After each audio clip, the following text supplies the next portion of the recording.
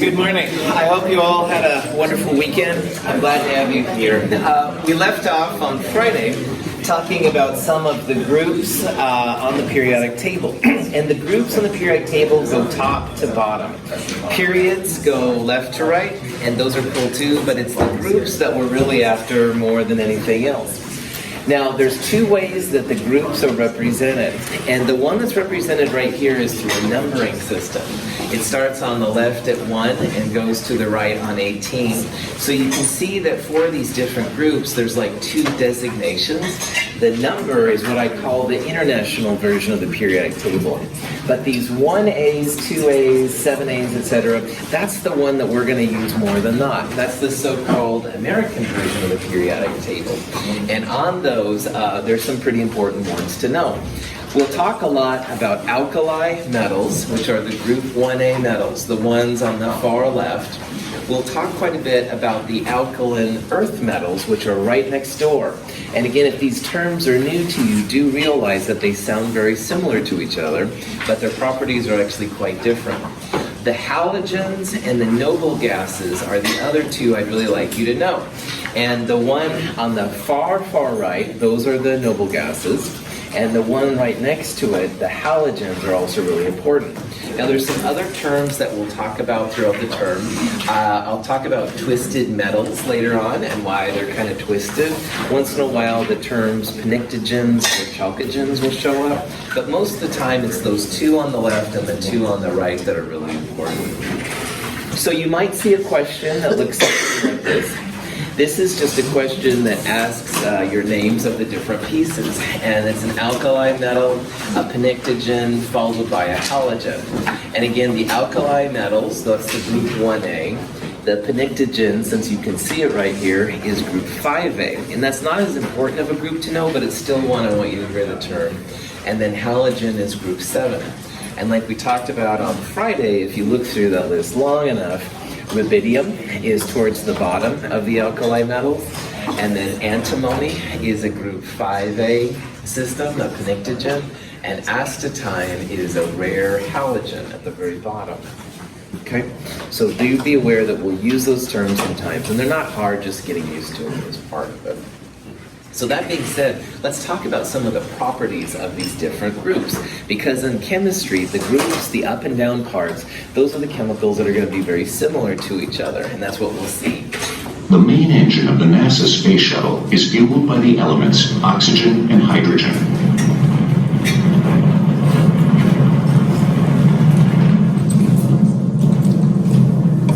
A huge amount of energy is required to lift the shuttle into orbit.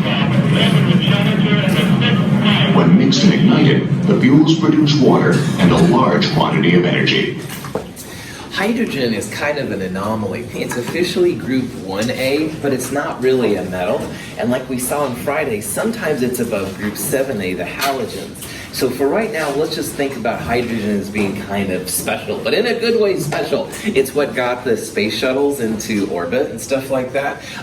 It's a very powerful gas. In 1939, there was the Hindenburg crash, which was really famous. It was a German Zeppelin that came down in the United States. It was where they were getting people across. I personally just like talking about, Led Zeppelin, yeah, okay. If it's too loud, you're too old. Anyway, just realize if you've seen that cover album, that's what it is about. Anyway, really exciting to me though is this part right here. Now because it's a group 1A, an alkali metal, people hadn't seen actual metallic hydrogen until very, very recently. We're going to talk more in the next section about what metals are, but metals are really good about conducting electricity, they'll give up electrons, and under extreme pressure situations you can now make metallic hydrogen. They've always postulated that it was in the center of Jupiter, one of these really intense kind of high atmosphere kind of things, but they were able to make it in the lab in Germany just recently, so we'll hear even more about hydrogen coming up. Whether you've left school or you're still at school, you can appreciate the sheer fun and mayhem that chemistry can be. There's so much to it. Bunsen burners, mixing chemicals. Very nice. Now, you may have been allowed to mix very small amounts of lithium with water. You may, if with a responsible adult, have mixed H2O with sodium. And you may, under very strict scientific control, have witnessed potassium mixed with water. But the odds are, if you have, it will only ever have been on one of those rubbish science videos. There you go, mate, present.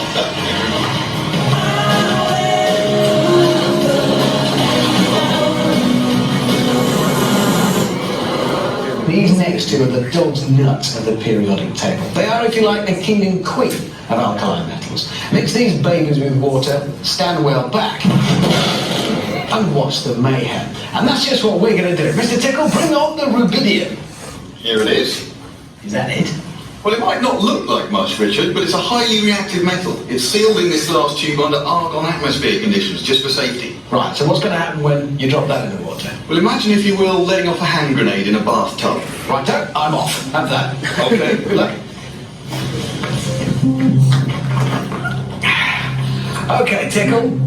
Drop the rubidium in the water.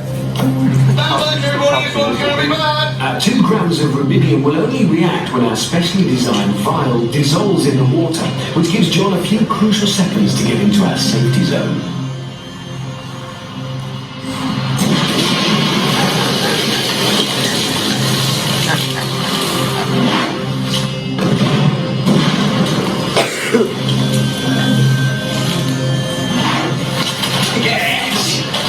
That is more like it. Only on Brainiac do you get that kind of science. But I believe we can go one better. There is one more alkali metal we can really use. Yes, Richard, cesium, the emperor of alkali metals, particularly nasty to go off at any time. And that's it. Oh, yes. Yeah, I like it already. Now, what's that going to do when it hits the water? Imagine a depth charge in a bathtub. Fair enough, mate. I'll leave it to it. Good luck. Thank you. Okay, John, go for it. Warning, extreme danger, clear the area. As our cesium sinks in the water, the rapid generation of hydrogen gas should produce quite an explosion.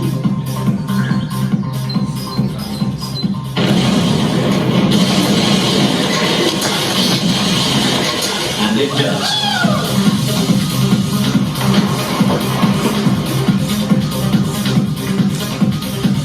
Magnificent. And I think that concludes today's experiment. There is, I should say, one more, even more reactive metal, frankium. But for some reason they wouldn't let us have any of that. So there you go. Today's lesson.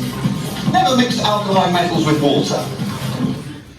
But Here's rubidium. Rubidium in water reacts much more violent than potassium. Rubidium again. So as we go down the alkali metals, they become more and more reactive. So now let's take a look at the next metal, cesium.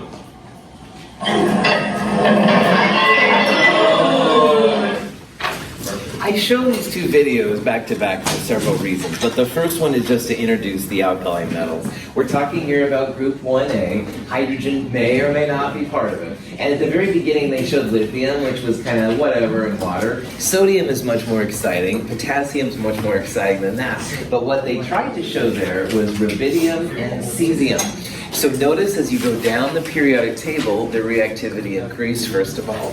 Now in that first Brainiac or whatever it was video, I mean it was like, yeah, you know, kind of like a music video kind of quality. Lots of explosion. Yeah, right on.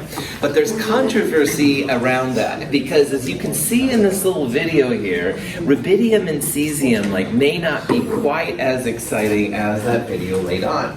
So I'll leave it to you to figure out if Brainiac was just doing kind of a showman's job on us or if it was real. But what you do see, and what will be probably in your brains now forever, is that these guys do react really well with water. They're all really soft, you can cut them and stuff like that. These people didn't use as much cesium as, for example, as the other group did. I'm not quite sure though if you'd have that big blowout of the bathtub on the other hand. So anyway, these guys are pretty exciting. So when magnesium metal burns, the product of the reaction has a greater mass than that of the original magnesium. John Dalton's atomic theory successfully explained this seemingly strange result. We looked at this earlier. This is magnesium burning. It makes kind of a bright light when it burns. And the magnesium before had less mass than the magnesium compound after. And they found out that it's magnesium oxide, so the oxygen came up. It's actually historically kind of cool. Here's a picture of pure calcium. Barium gives really cool green fireworks. Strontium gives red. Most of these exist only in compounds. So like you can find magnesium oxide and magnesium carbonate, things like that in the wild, but you don't usually find the pure metal, except for beryllium. Beryllium you can find some.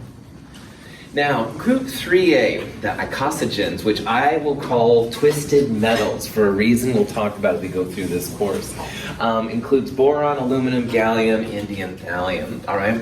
Aluminum is really important. It's a big part of the Earth's crust. Boron is cool. Sometimes you hear about the liquid spoon, all right, or the disappearing spoon. At the turn of the 20th century, chemists would do these jokes on it. They would come over for tea or whatever, and they'd hand their friend a spoon, and it was the spoon of gallium. And the reason why it was a joke is that even in your hand, the gallium will melt, turns into liquid. So they put their spoon in to stir the sugar in the tea or whatever, and the spoon was gone. I hope they didn't drink the gallium afterwards. Thallium is a really interesting element because it's so toxic. You'll hear a lot of cool forensic stories about people using thallium to poison other people. Now, group 4 is a mixture of carbon and silicon, which are both really important for life, of course, carbon. Silicon really important for the Earth. On the other hand, down here, tin and lead have a lot of uses that are quite different than carbon and silicon. Group 4 has the most disparity when you go down it, all right? Like the top ones are the most different from the bottom ones of all the different groups, and we'll see that. We'll talk about it. To get to the heart of the global warming story, the very heart of it, you've got to look past lonely polar bears, and past melting glaciers, and past the changing climate, because behind the scary news and the very scary Hollywood movies, it turns out that the scientific explanation for global warming depends to a very large degree on one particular atom, the atom that we call carbon. Right. The more you know about this atom, the more you're going to know about global warming. First of all, it's everywhere. The lead, what we call lead in the pencil, it's not lead, it's carbon. Diamonds. Carbon. You. Me. Yeah, you. You are mostly water, but if I squeeze you like a sponge, your dry weight, what's left of you, you're about 2/3 carbon. Great. Carbon's great, but can I have my everything else back? Please? Yes, carbon is the central element of life. So much so that everything that is alive, and I mean everything, from an amoeba to a whale, from a dandelion to a redwood tree, in fact, inside every cell, in every creature bar none, you will find Carbon. And why? Yeah, why? Because as the science writer Natalie Angier says, carbon is the duct tape of life. It stitches living things together. Carbon atoms are built to attach, to grab on to other atoms. They have, as you see, 4 points of attachment, and they love attaching. They can form jungle gyms. This is the inside of a diamond. They form sheets. This is graphite in a pencil. They form spheres. They are very social, which is why they are so suited to living things. Living things, after all, come in all kinds of shapes, and carbon can make them all.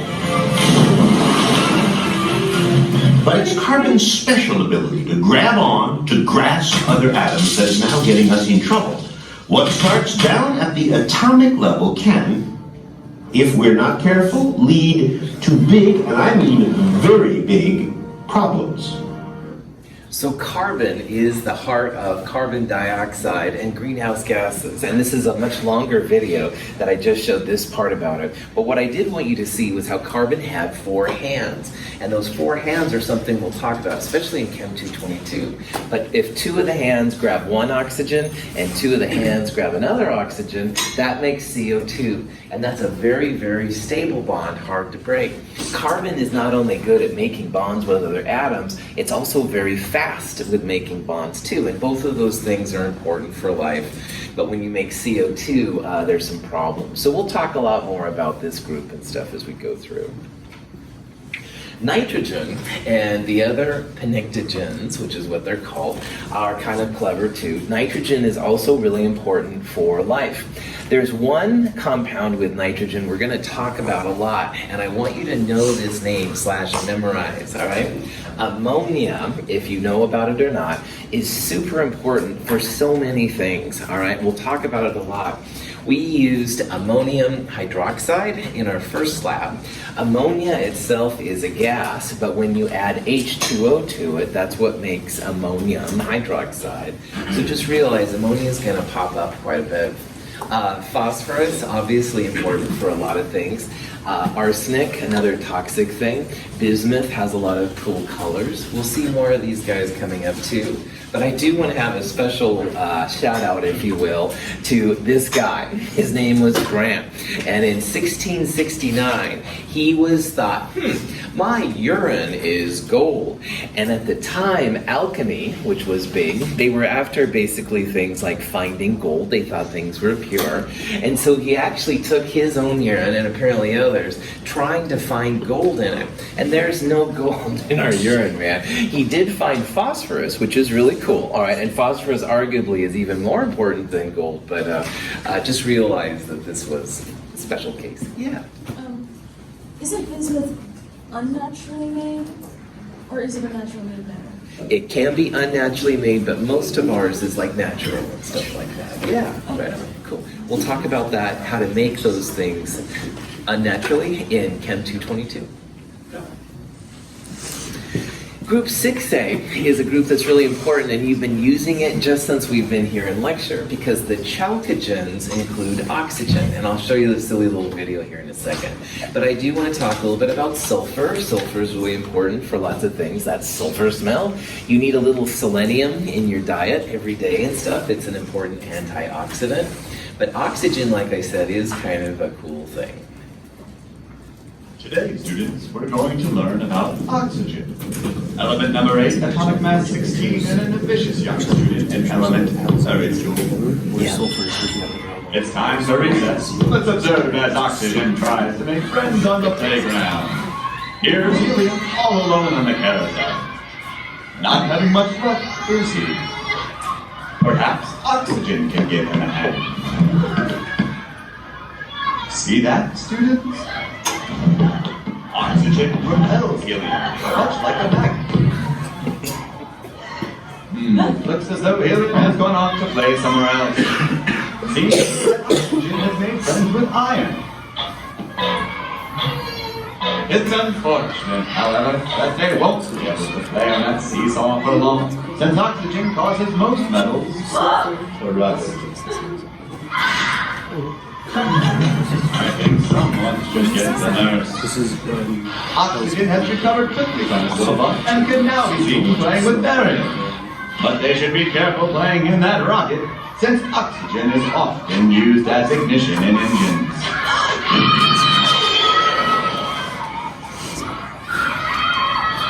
Curiously enough, barium is also used in fireworks, which produce a brilliant green hue.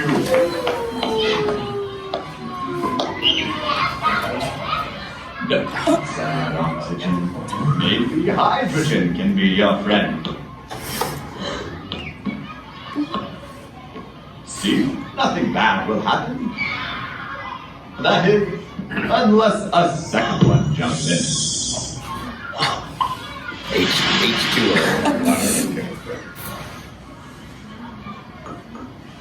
That's it for oxygen. Be sure to watch our next lesson, where we investigate the effects of helium in the upper atmosphere. So there's actually a lot of little interesting pieces of this video. It was some art house project that someone sent me for, and it's kind of clever. But I like the idea that, helium and oxygen don't combine. Oxygen combines with a lot of things, but not helium. You can also, of course, when water forms, you no longer have the pure oxygen. It's in a different phase. We'll talk about it. Oxygen and carbon are, I would argue, the most social elements on the periodic table. And what I mean by that is they don't have cool social media following. It means that they react with so many other elements, all right? And that's what gets them into trouble. And that's also why when you have carbon dioxide, there's a huge effect on our environment and stuff like that. The reaction of sodium and chlorine is a vigorous one. We use sand to protect the flask from excessive heat.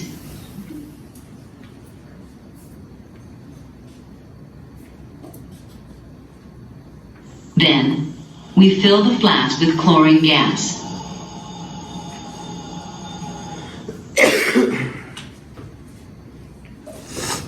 Next, we add sodium. And then a few drops of water to activate the reaction.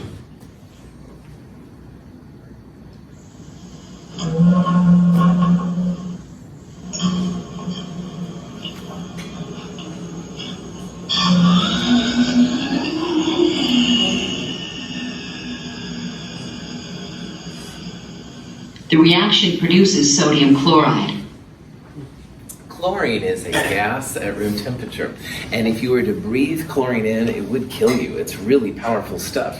On the other hand, we saw earlier how sodium, one of the alkali metals, you place it in water, explosions, so you take a piece of sodium metal and you swallow it. Also bad news for your body. On the other hand, sodium chloride, the product of chlorine and sodium coming together, is very safe. I mean, you can have too much sodium chloride and stuff like that, but more or less safe.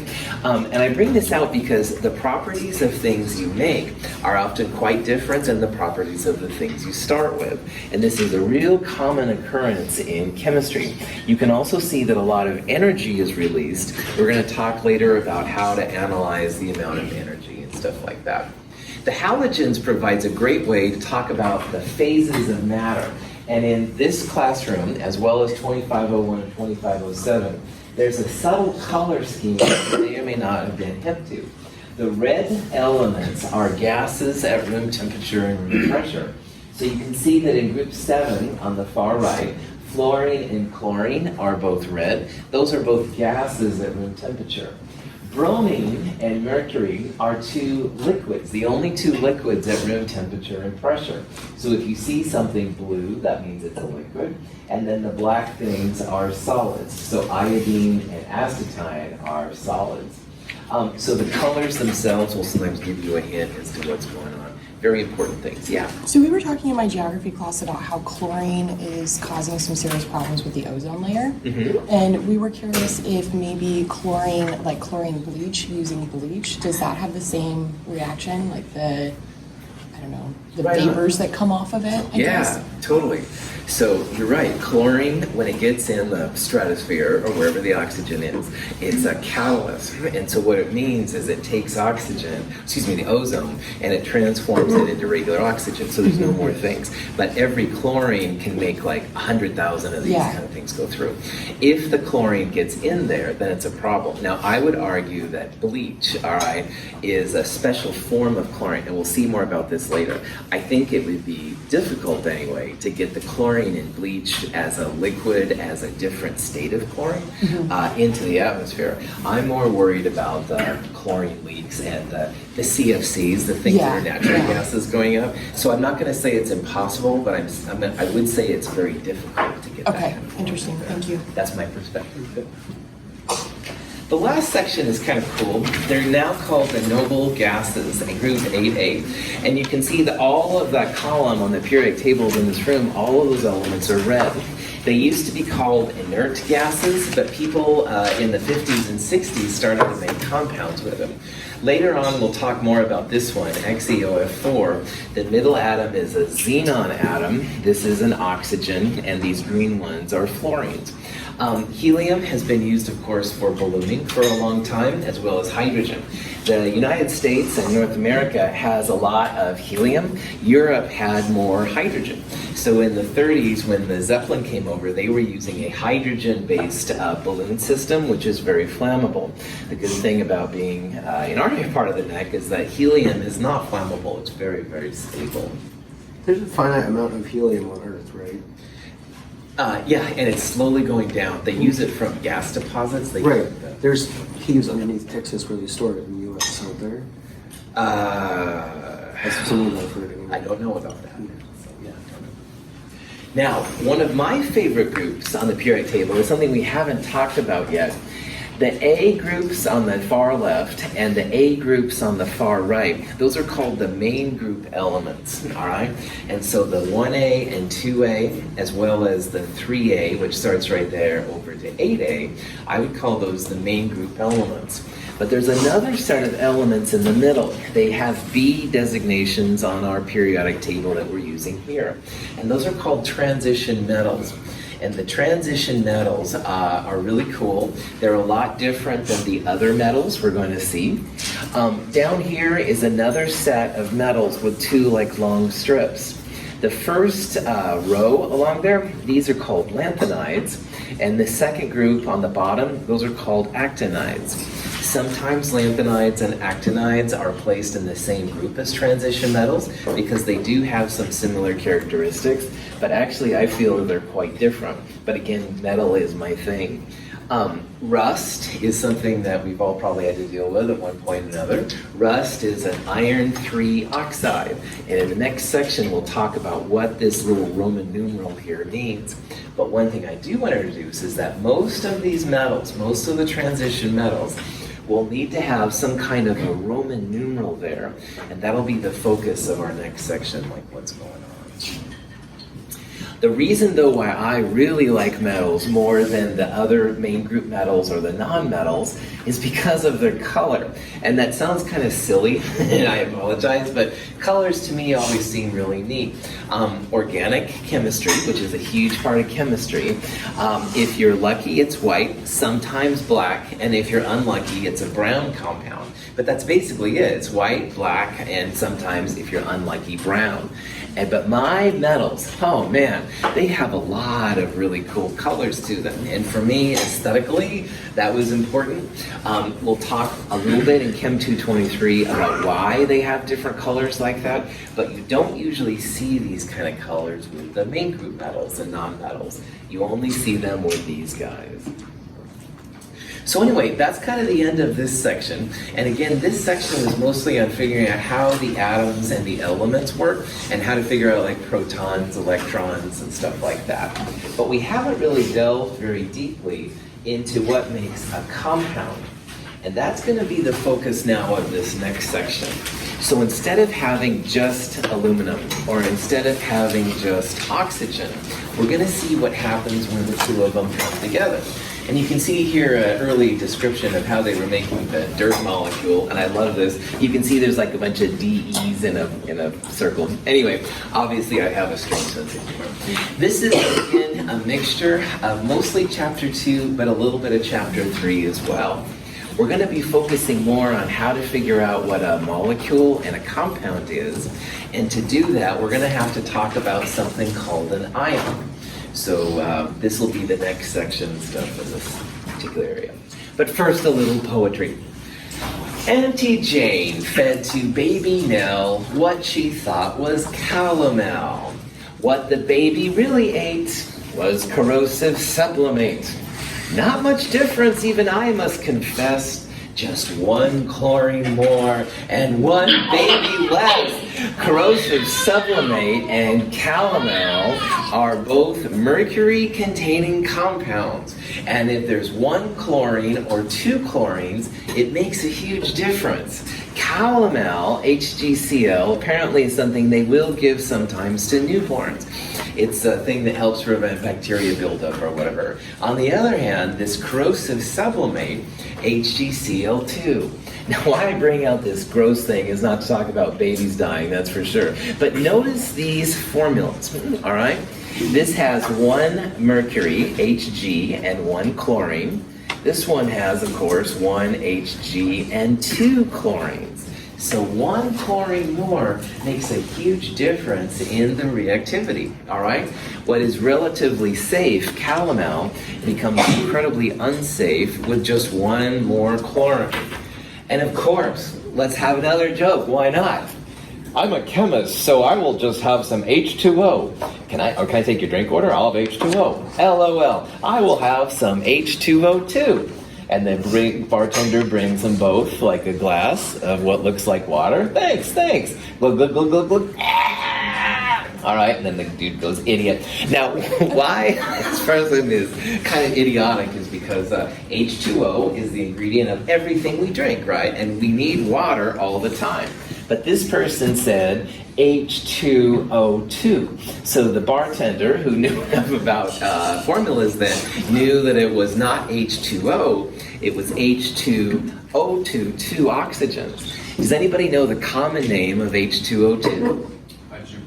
Hydrogen peroxide. Well done. Hydrogen peroxide looks just like water. You can buy it at Weimar and stuff like that. It looks like water, but don't you dare drink it, man. It'll end up like this person. So make sure you say H2O or just call it by water. All right, so punchline here, 1 extra atom, huge differences in reactivity, and you must know what you have. You should also not drink anything in lab, but I don't need to go there. Okay, so what we're going to do in this section is we're going to look now at more of the molecules that form, all right? We're going to see the different combinations. This is an example of a combination of carbon and hydrogen. This is a sodium and a chlorine. The red ones, I believe, are the sodiums, and the green ones are chlorines. We're also going to talk a little bit more, though, about the elements, too, all right? For example, carbon exists in multiple stages. This is one thing called buckyball. And on the other hand, just like you wouldn't want to drink H2O2, but you can drink H2O, you wouldn't want to breathe O3 ozone, all right? O3 ozone is quite a bit different on our bodies than just O2 oxygen, the oxygen we breathe. So we'll also talk about some of these elemental forms and what they're up to. A compound is a mixture of 2 or more elements, and the compound will always have the same ratio. And so H2O water is always 2 hydrogens and 1 oxygen. It's never 1 hydrogen and 1 oxygen or something like that. If you break the compound down to the smallest piece, you end up with a molecule. So like we did earlier with Democritus and gold, if I have a sample of water, you can cut it in half and have a smaller sample. Cut that, have a smaller sample. Down, down, down, down, down, down, down. Finally, you have a molecule of water.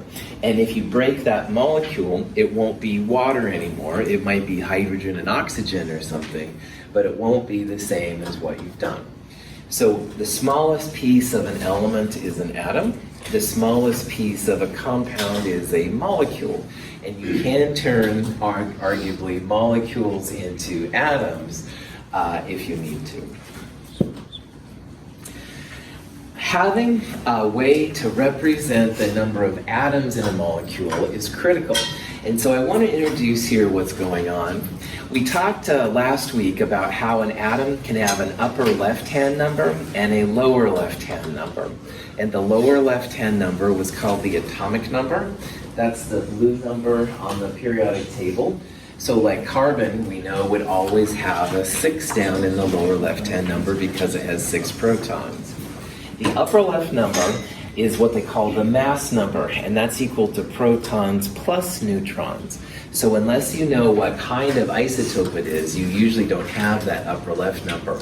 But we're going to talk now about what goes in the lower right, and then in a while we'll talk about what goes in the upper right. And the lower right is equal to the number of atoms in a formula. So this is an example of a picture of what's called glycine molecule. The black atoms are carbon, the reds are oxygens, this is nitrogen, and the whites are hydrogen.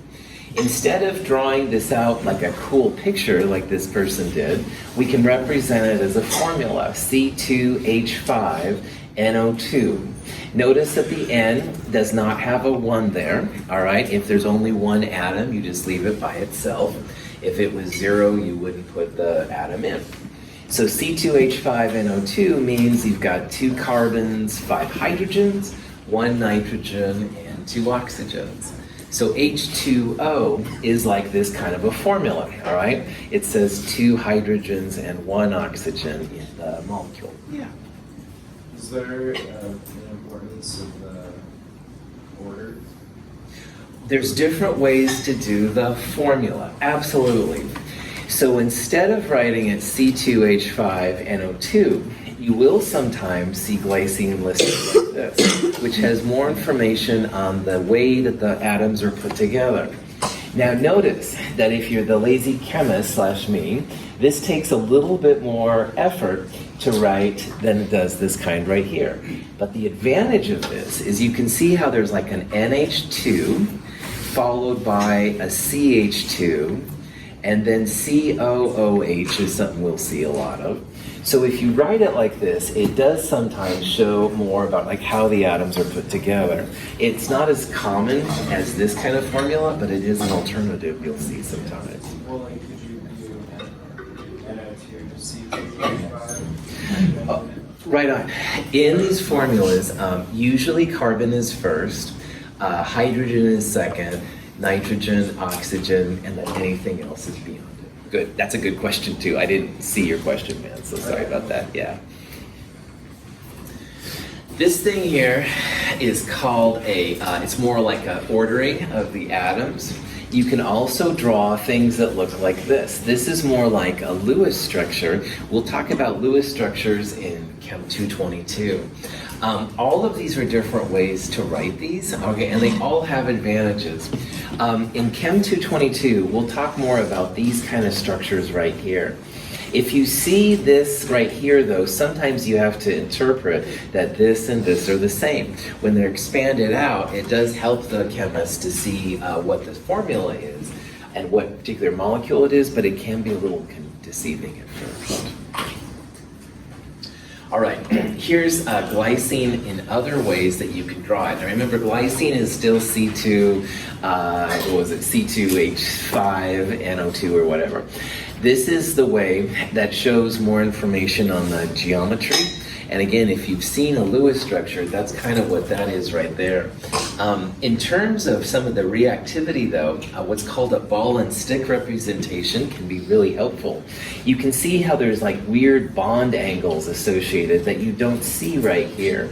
And so sometimes these kind will be helpful. But really, how atoms work is the atoms kind of smash together really close to each other. And each atom is kind of like a sphere. So you can see like this sphere of oxygen and this sphere of carbon are kind of like squished together. They call these molecules space-filling molecules. I find them the least helpful at this level, but sometimes in high-level calculations, it's nice to know like how close this oxygen is to this carbon. So if you see this is just an alternate way to represent this molecule. So in the ball and stick form, I'm noticing that there's 2 bars connecting the carbon to the oxygen. Yeah. What does that mean necessarily? Cool. Most bonds, can I use your hands, man? Most bonds are like this. Hey, what's going on? I haven't seen you since Friday. However, once in a while, double bond. Haven't seen you for a long time. So good to see you, man. This is called a double bond, and it does happen. And sometimes you can even have a triple bond and stuff as well. Okay. We'll talk about those in Chem 222. Thank you for being my model. Excellent question. Other question? Yes.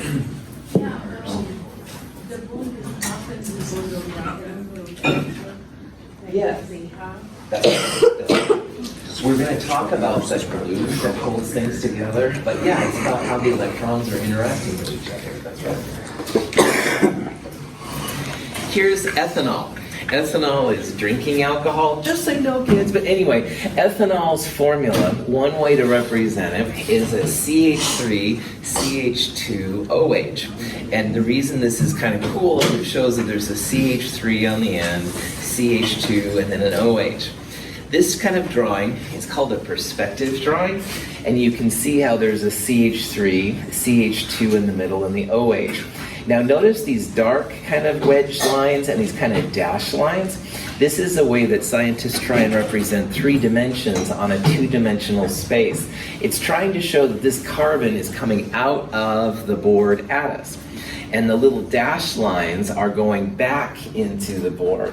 This is obviously inferior to something like this, which it shows the molecules a little bit better. But sometimes you have to have like a more powerful program to represent those kind of representations. Now, here's kind of an overview of some formula representations that we're going to use. And I want to talk about the one which is hopefully pretty familiar, which is water. Now, water has a formula, a molecular formula of H2O. And that means that in water, you're going to have 2 hydrogens and 1 oxygen all the time, okay? An empirical formula is the smallest whole number ratio of atoms. So I have 2 hydrogens and 1 oxygen. In an empirical formula, you always want to use whole numbers. So yes, H1O1/2 would work, but in an empirical formula in this class, use whole numbers. So in this case, the empirical and the molecular are the same. I'll show you an example here in a little bit of when they aren't the same. But in reality, water isn't 2 hydrogens together and an oxygen on the end. What it really is there's an oxygen in the middle of the hydrogens. So oxygen has like 2 hands to grasp on. One hand on the left, if you will, grabs one hydrogen, and one on the right grabs the other. So sometimes we'll talk about a structural form of water, showing what the atoms look like. Now, the H2O2 that the poor chemist ordered in the bar is, as we talked about, hydrogen peroxide. It's 2 hydrogens to every 2 oxygens. So notice here, this is where the empirical formula is pretty obvious. You can divide both of those 2's by 2, of course, and find that the smallest whole number ratio is HO. There's a reason why we're talking about empirical formulas, and we'll talk about those at the end of this chapter. But for right now, just realize if you can make the molecular version, you can divide those by a number and get whole numbers in a smaller version. That's what the empirical formula is. H2O2 has an oxygen-oxygen bond, all right? And on the end of each of the oxygens is 1 hydrogen. So HOOH is the way to represent it when it comes to structure. Ethylene, ethane, ethanol, and dimethyl ether are all very similar. And I think it's helpful to look at how these things play out. So ethylene, C2H4, the empirical formula, if you divide the 2 and the 4 by 2, you get CH2. And this is what the molecule looks like. It's H2C and the CH2 on the other side. Ethane is similar to ethylene, but you can see it has 2 more hydrogens. So if you divide both of these numbers by 2, you get CH3. And again, there's a carbon-carbon link inside there. Now, why I show these last 2 is notice how both of these, ethanol, which is drinking alcohol, and another compound called dimethyl ether, they both are C2H6O. All right, they both have the same formula. Notice that you can't divide these numbers by any number and get whole numbers over here. All right, you get fractions if you divided them all by 2, but we don't want to keep them in fractions. So the empirical and the molecular formulas are the same. But the way that they're oriented in space is actually quite different. If you notice here on ethanol, there's a CH3, a CH2, and then an OH like on the end, if you will. And this is the one that's the main ingredient of drinking alcohol. This one, on the other hand, has a CH3, an oxygen in the middle, and a CH3 on the end. Dimethyl ether is actually a gas at room temperature, and you don't want to be playing with this stuff too much. It's flammable, does lots of kind of crazy things. So we'll talk about molecular formulas. That's going to be the naming part of this next section. And later on, we'll come back to this molecular empirical formula kind of thing, And then finally, as we go through this course, we'll start looking more and more at what a structural formula is. And you can hopefully see like why all of these things are really important. All right, several of you had your hands up and stuff, so yeah. Isn't OH kind of basic? OH with a metal is the active part of a base, absolutely. OH with a non-metal, though, like carbon, is quite different. It's more neutral. So you can drink like drinking alcohol, but you wouldn't want to drink sodium hydroxide, man. That would be like really bad on your throat. Yeah, trips to the hospital. Did you have a question? It got answered. Okay, Thank cool. you. That's legit, yeah. Any other questions? P4010 is the active ingredient supposedly in phosphorus shells in the military. And again, I don't know very much about that. But anyway, let's say that I asked you to find the empirical formula. So remembering that you want to take the molecular formula, which is what P4010 is, and you want to find the smallest whole number ratio of atoms, all right? So for example, if you divide both 4 and 10 by 4, you get P1O2.5. But is that legit by these kind of rules? No, right on. No fractions, all right? No fractions of these kind of things. So instead of dividing by 4, what can we divide this by to get whole numbers? 2. Well done.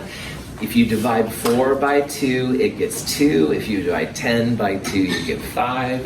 P2O5 would be the empirical formula of this molecule. Any questions? An allotrope is a name given to an element that exists in more than one form, all right? We've already talked here a little bit about oxygen, which you can breathe, and ozone, which you wouldn't want to breathe. That would be bad news, man. It's good in the atmosphere, but not good down here next to you. Carbon is the king of allotropes. It has so many, and some of these names you probably have heard of before. Graphite is carbon, but it's carbon in little tiny sheets. And your pencils, when you write with a pencil, like part of the sheet like hangs out on the pencil afterwards. It's really cool. Diamond is also carbon, all right? And diamond, of course, is quite different than graphite. First of all, diamond is rough. It would rip your paper right through. It's really expensive. They're rare and stuff like that. But again, remember, both of these are carbon. It's just how they're arranged in space that you're seeing the differences. Now, this is a newer player on the block. It's called a buckyball. It has 60 carbon atoms, literally in the arrangement of like a soccer ball. So sometimes buckyballs, soccer balls, etc. It was named after a guy named Buckminster Fullerene, who was really, really cool, and he's an interesting person to look up. So again, this is also carbon, but it's a lot different than the other ones. Buckyball was found in dust. People are like, I wonder what this dust is, when they looked at their instrument. Well, long story short, Nobel Prizes later, woohoo, Buckminster Fullerene. There's also graphene and a whole bunch of different ones and stuff, so just be aware that all of these are allotropes, the same element, but different forms. But the one thing that you've just got to know in this class, I don't care so much about the diamond graphite thing, but you have to know these 7 diatomics. Now, have no fear of ice clear brew. It is not my call of arms to make you all start drinking alcohol. And by the way, it could be root beer, let's be honest. However, have no fear of ice clear brew is a way to designate what's called the 7 diatomics. Now, most elements on the periodic table exist as monatomics, individual atoms. But these crazy 7 right here, have no fear of ice clear brew, refer to the 7 diatomics. They're all nonmetals, they're really common, and they're going to be super important when we start doing manipulations of atoms into molecules and compounds. Now, I have always liked to have no fear of ice clear brew because it shows, but there's also like Hunkelbriff. That's another way that sometimes people know. There's also, oh shoot, I didn't do it. There's another one, shoot, I can't remember. Well, anyway, there's many different versions and different ways to do these 7 diatomics. But please know these 7 diatomics are going to be really important and they're going to pop up. This slide, which I skipped to accidentally, shows also phosphorus, sulfur, talks about oxygen. So it's not just the 7 diatomics, but it's everything. All right, this is a great place to stop. Have a wonderful day. I will see you all soon.